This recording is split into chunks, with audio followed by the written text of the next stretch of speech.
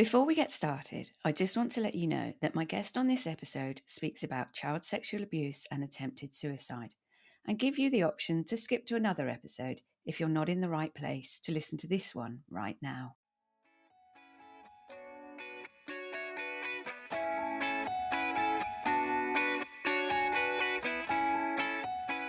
They couldn't quite grasp the kind of person that I was because I was so strange in that setting. And I felt it too. I felt very out of place, and not that I necessarily was unloved, but that I wasn't understood or seen. All these stories about how this abuse had gone on like generations before me.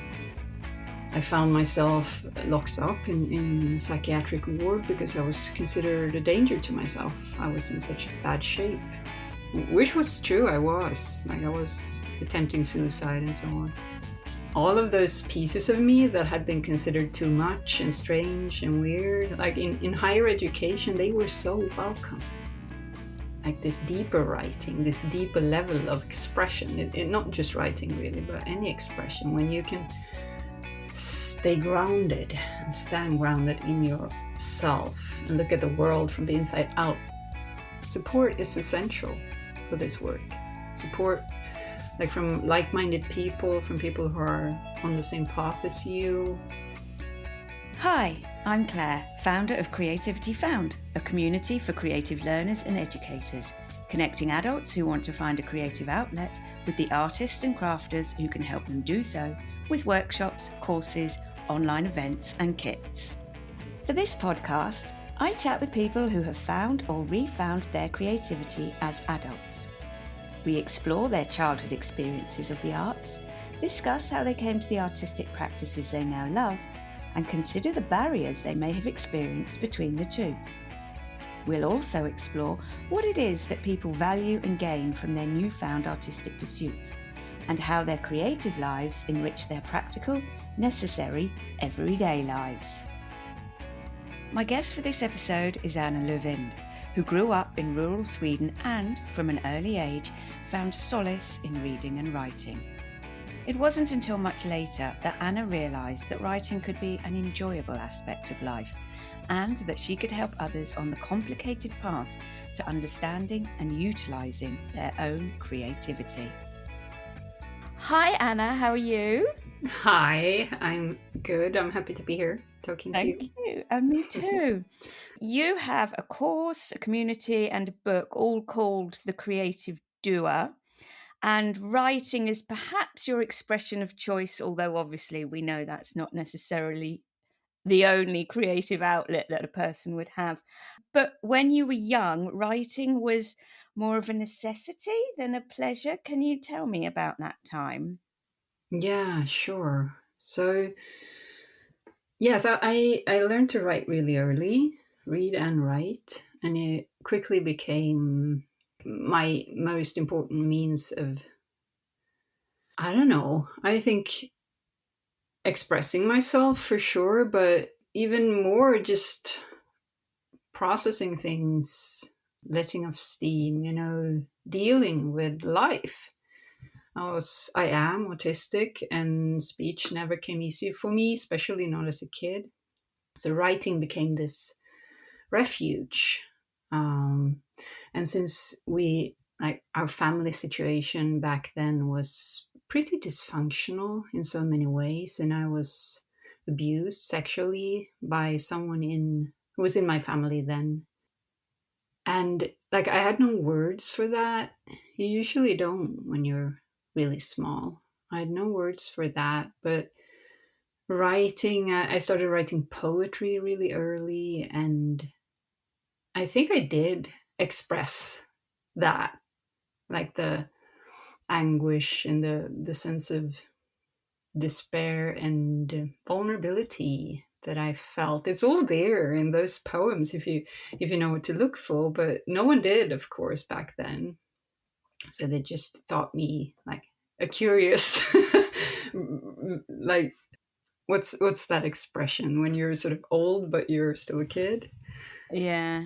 Yeah. Old before your years. Yes, exactly. So that was how I was viewed, so to speak. But for me, it was, I think, a way to survive, honestly. Both the fact that writing provided a channel for me to express some of what was going on inside, all that chaos and the trauma and all that, but also the reading, being able to escape into other worlds where things were more beautiful and made more sense, and also reading about others who were struggling so that I felt less alone, you know? So back then I didn't have an idea of writing as like a creative expression, or it being something that I might do for a living or anything like that. That didn't really exist in my mind, but it was my release valve and my escape, I think. And you said you were reading and writing early. What ages are we talking about? I started at around 4. And then by the time I started school, I was already like fluent and wrote poetry while the others were learning the alphabet and so on. So I Wow. was a very gifted child in that regard, like language and that kind of expression always came easy for me. So, talking about the expression, and you mentioned a dysfunctional family, were your family recognizing this talent or this expression or anything that was behind the scenes for it? No, like I grew up in a working class family.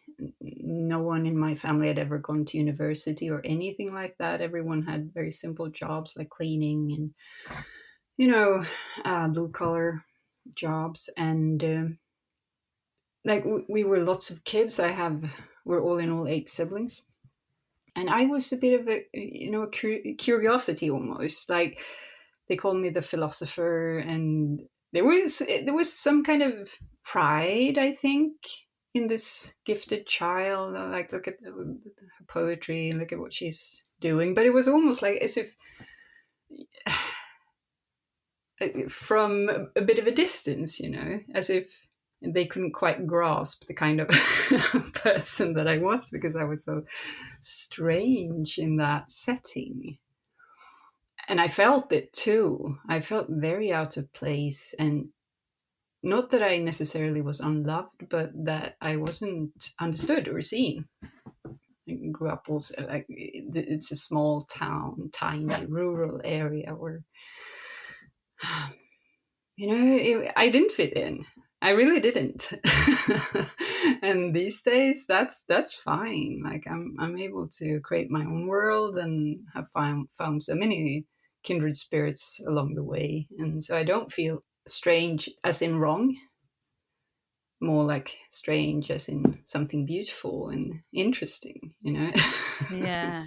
But back then, it was definitely part of something that made me not belong, and not, yeah, I don't know, to be outside somehow. That was a Yeah. big theme.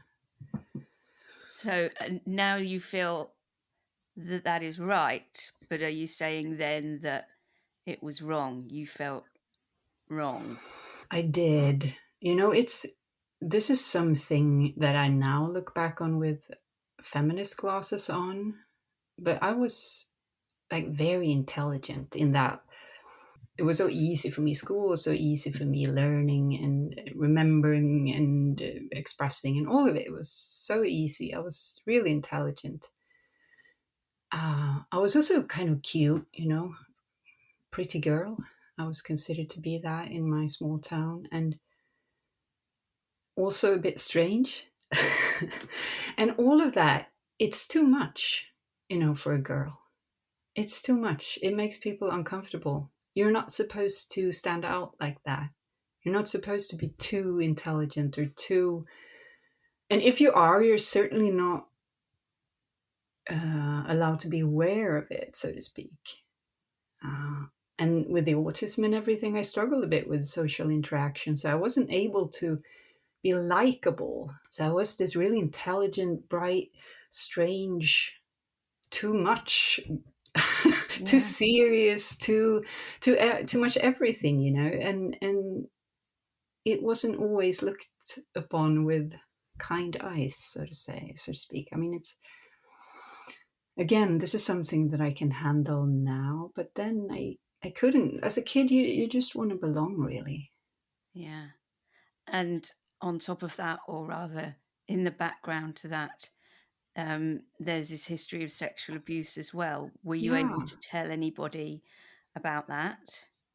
No, it took a long time before I even realized what that was, and until I had a language for it and understood that, oh, actually, this is abuse, this is rape, this is violence. It becomes normal when it starts when you're so young, like even almost before I had a language at all. So it took a long while. It was until I was a teen that I even understood myself what had happened. And it wasn't until my grandfather, who was the first perpetrator, died when I was 16 that I was able to talk about it and actually tell my parents and what had happened. And that really became like, oh my goodness, it was like opening the floodgates and all these stories about how this abuse had gone on like generations before me, and this culture of silence that we'd been, all the women in my lineage, oh my god, these strong wounded women who had to carry all this alone and without support. And I sort of felt the weight of all that on my shoulders. And it wasn't a conscious decision then that I would break this pattern or that I would start some kind of multi-generational healing process, but it was what I did.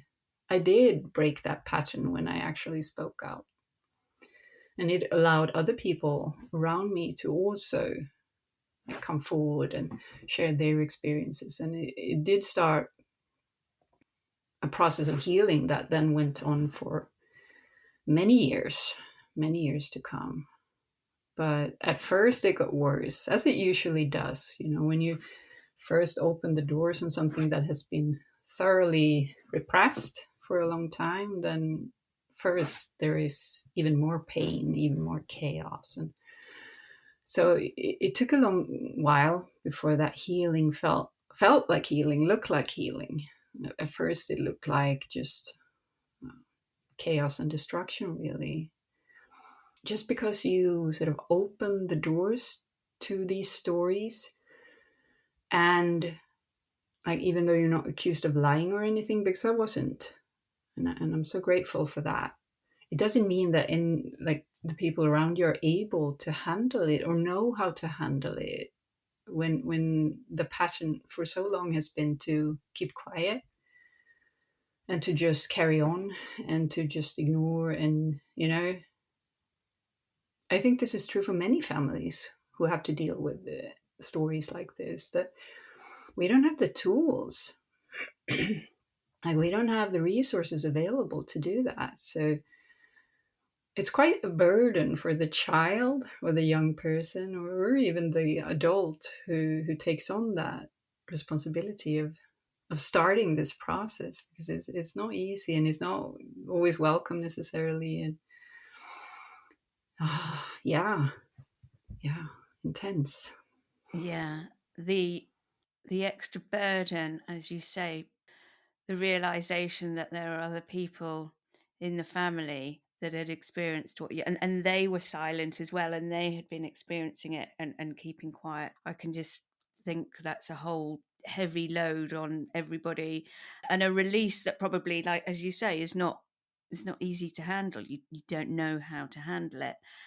Did your writing help at any point with this? And is there a point at which writing for you becomes for pleasure rather than for need? Can you recognize that point maybe?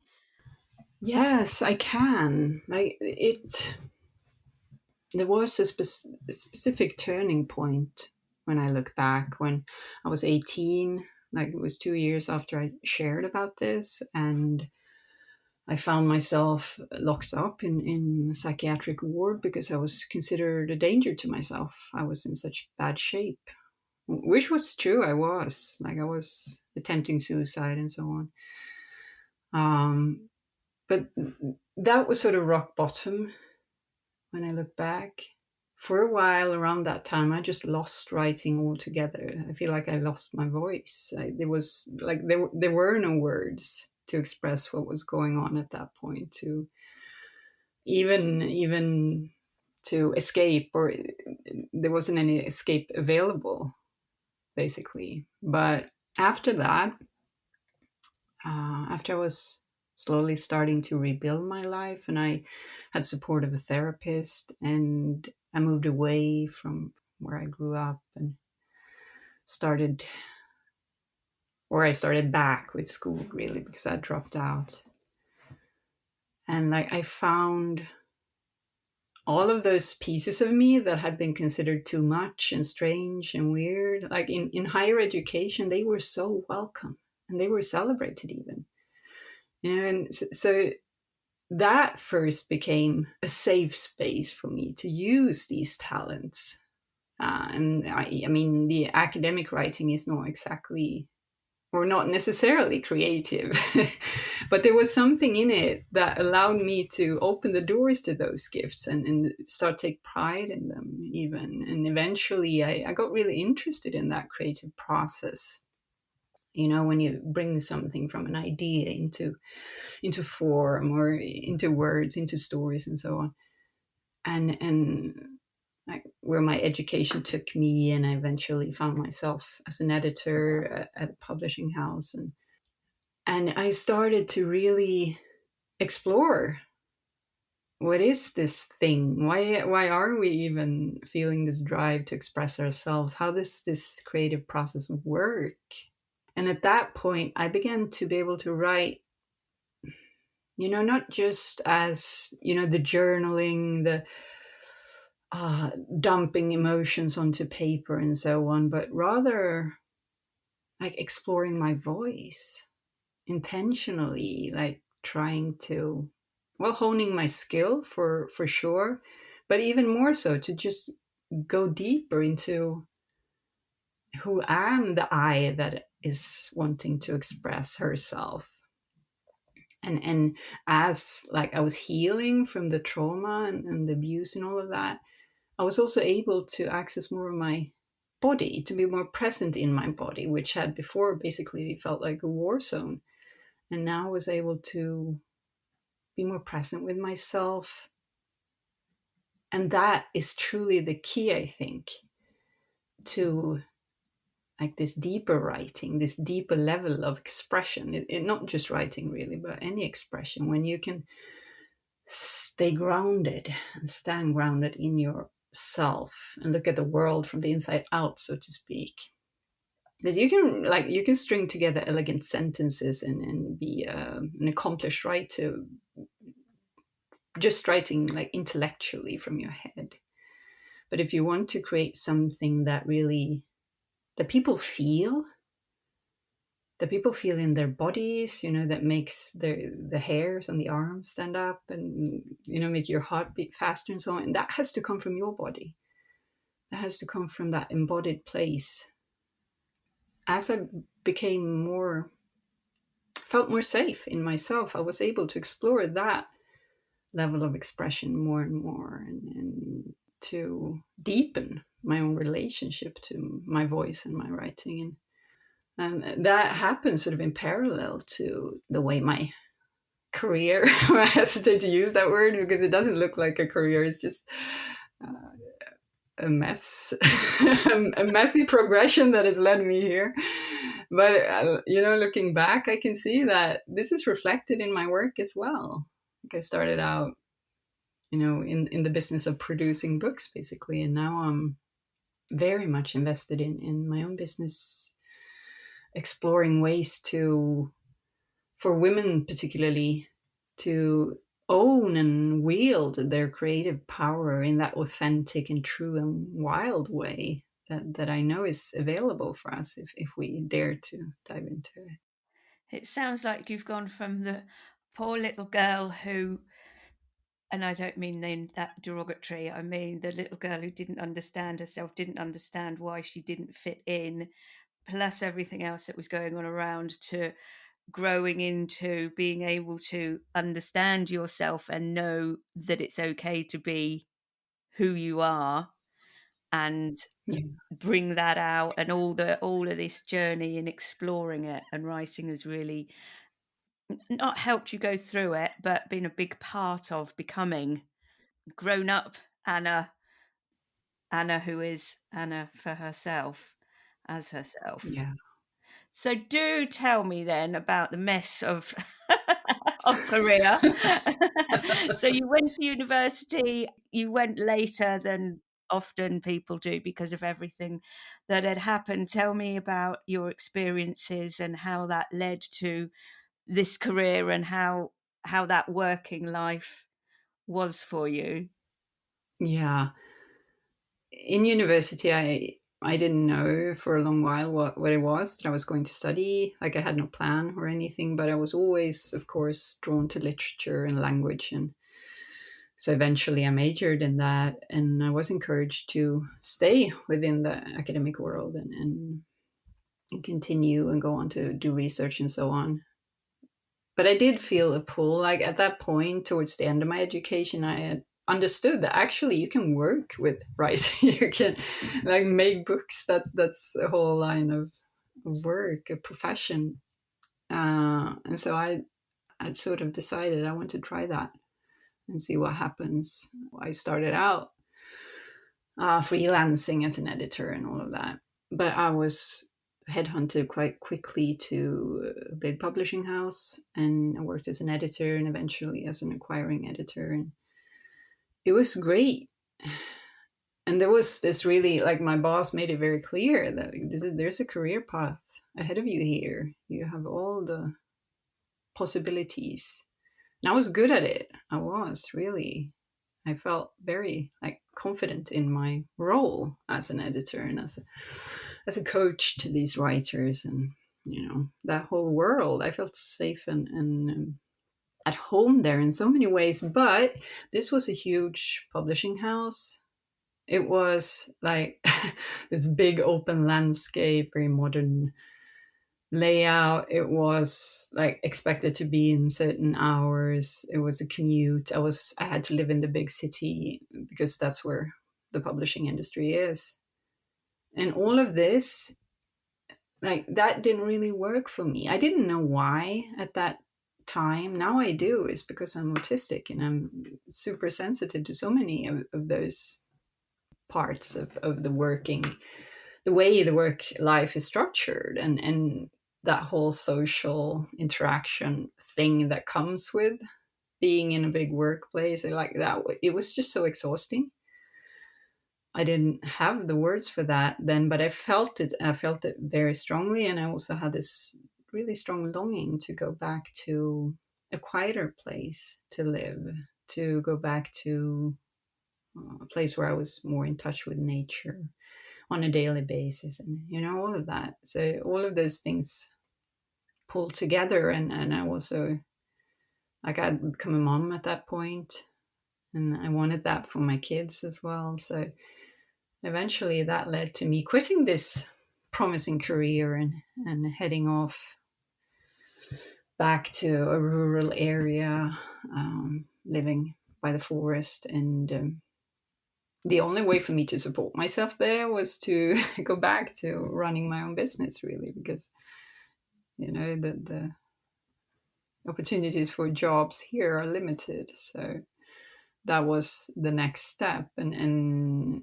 at that point I'd become really interested in online business and the opportunities that comes with that, and reaching more like-minded people, and not just working with writers but creatives in general. And eventually I realized I wanted to support women specifically in this process, and that's 10 years ago now, more actually. And it really has taken so long.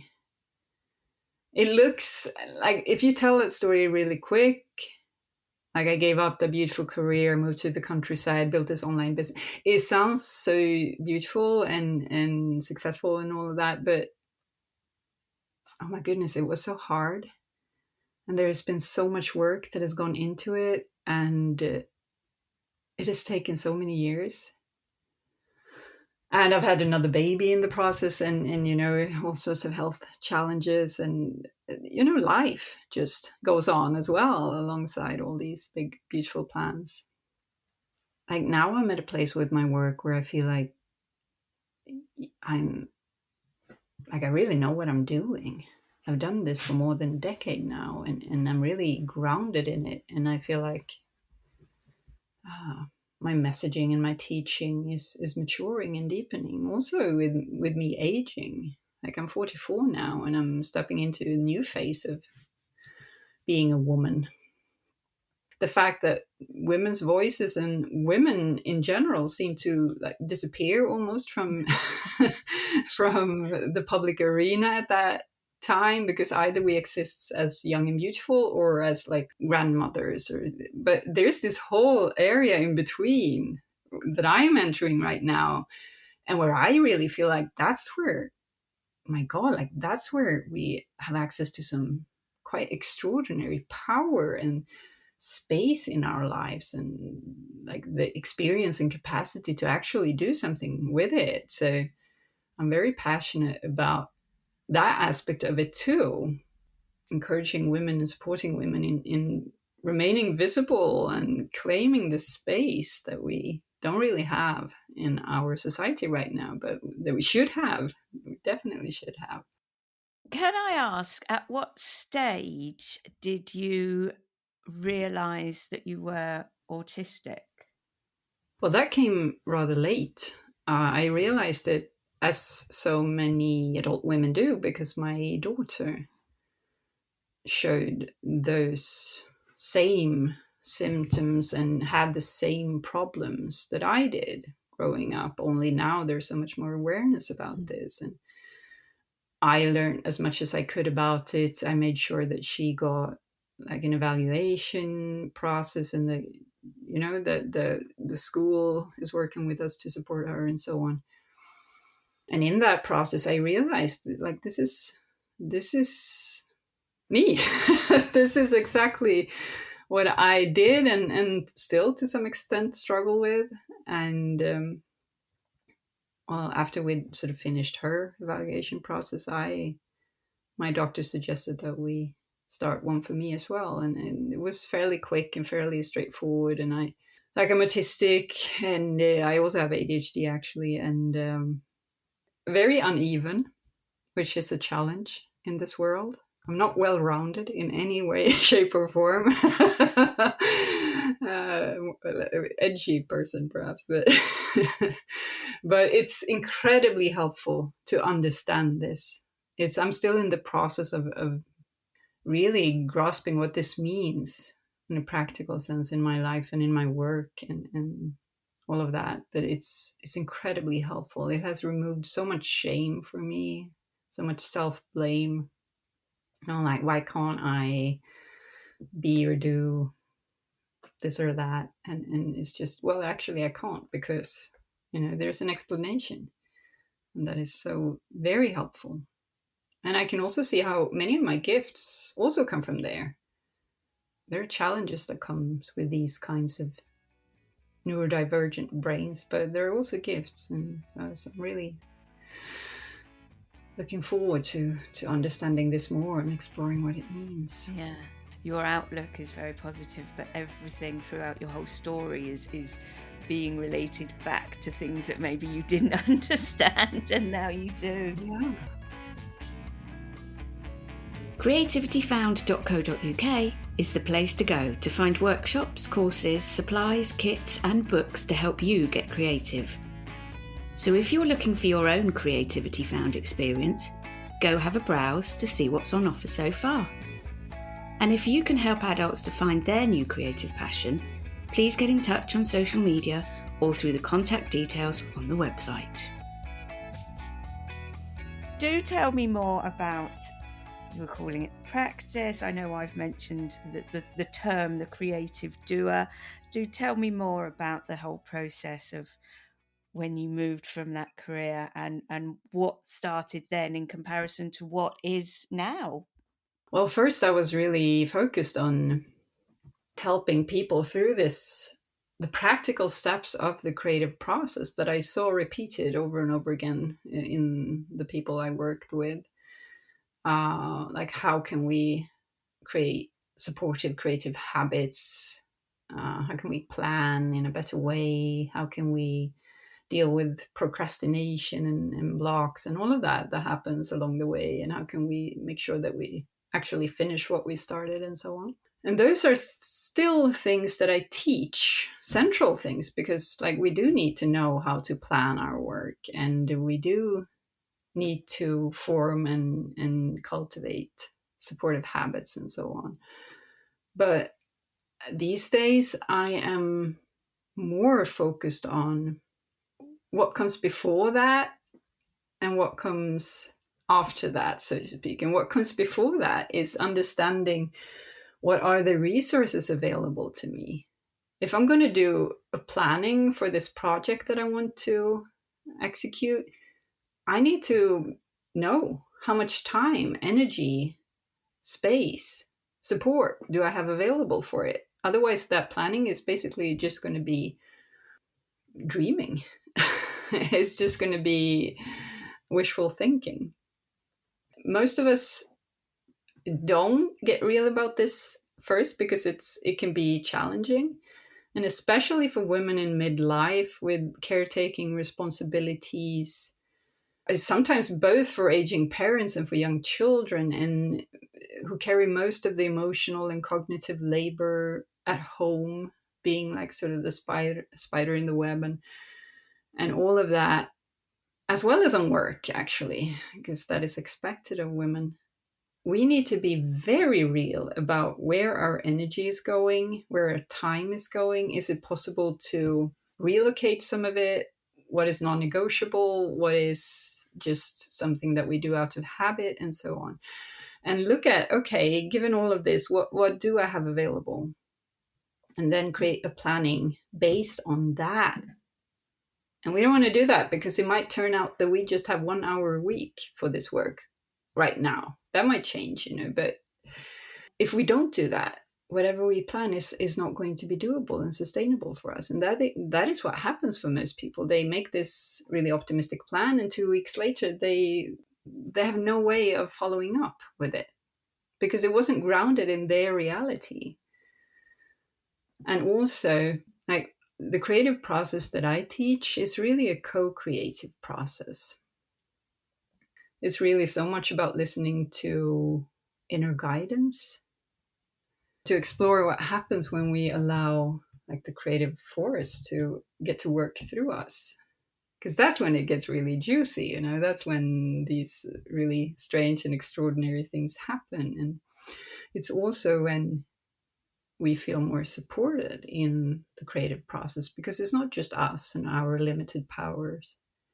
We're held by that partner in the creative work. So that whole part of it is the before work. You establish that relationship, and then you look at your reality and get real about what resources you have available. Then you move on to the planning and the habits and all of that.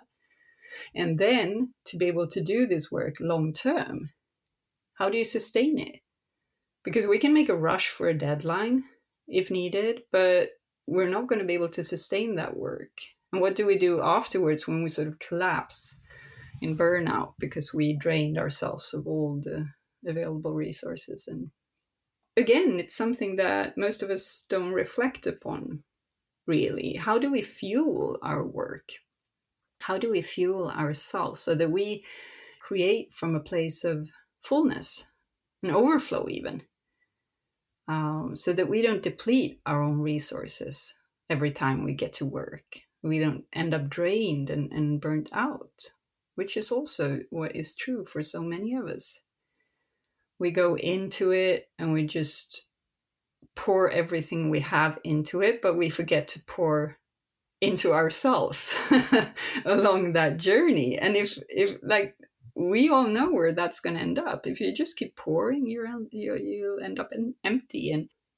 And so what I want is for us to look for that pace and that way of doing the work that we can sustain over time, that we can keep doing it, and that will eventually actually feed into us rather than drain us. Because when we do our creative work from a place of fullness, when we're aligned in that way, our creative work does give to us as much as we give to it. How does that come about actually, practically, logistically? Well, you're absolutely welcome to join the Creative Doer, because that's where I teach all of this. It's really the process that has emerged from these teachings over all these years. And the Creative Doer is also available as a book, which might be a first step for some. And then it's available as a course and as a community. Because one really important aspect of this work is that we need support, that we're not really meant to do it alone. We never were. And we live in a very, like, in a society, in a culture that focuses a lot on individualism, on us achieving things alone without help. For some reason, that is seen to be more of an achievement. But that is one of the things that that we need to unlearn. Support is essential for this work. Support, like, from like-minded people, from people who are on the same path as you, from teachers who are relevant for what you do. And if you're lucky, you have it from family as well, but not everyone does. So we do need to seek it out. And in that way, if that's what you're looking for, then the community like Creative Doer is incredibly helpful and nourishing. But then again, I mean, so many of us our lives are full, there's so much going on, and we don't always have the resources, like time or money, to invest in that kind of thing. And so I just recently, just a few weeks ago, really started this new thing that is called Ignite, and it's a membership of sorts, but it's the most simple, pared down, basic thing that you can imagine. It's just 3 calls or meetings a month, and that's it. No homework, no workbooks, nothing.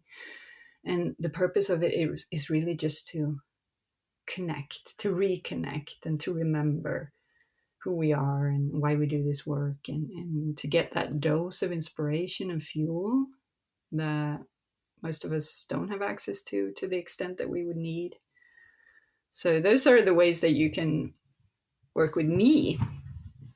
Just having these basic concepts in mind, like getting real about what your situation is right now, stepping into a relationship with your work, and then creating your planning, and then evaluating, seeing what happens. Was it doable? Wasn't it? And then keep trying and creating. That's really what it's all about. No one gets it right the first time. And also, we all get lost constantly, really. And us getting lost is not really a problem, as long as we keep returning to it, as long as we allow ourselves to try again, and support ourselves to try again, and to fail as many times as we need to.